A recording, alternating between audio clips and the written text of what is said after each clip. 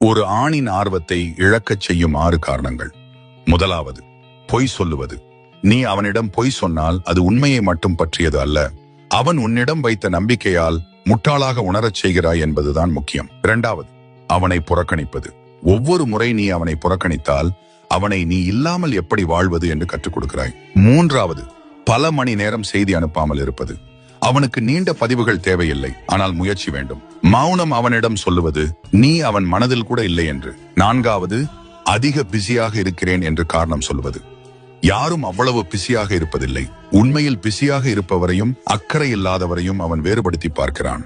ஐந்தாவது, அவனை இரண்டாவது தேர்வாக உணரச் செய்வது.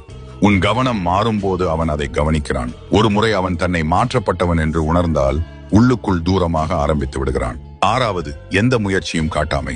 அவனுக்காக அன்பை கேட்டு கேட்டு வேண்ட வேண்டிய நிலைக்கு வந்துவிட்டால் அவன் அதை விரும்புவதை நிறுத்திவிட்டு அந்த காயத்தில் இருந்து ஆறுதல் பெறத் தொடங்குகிறான்.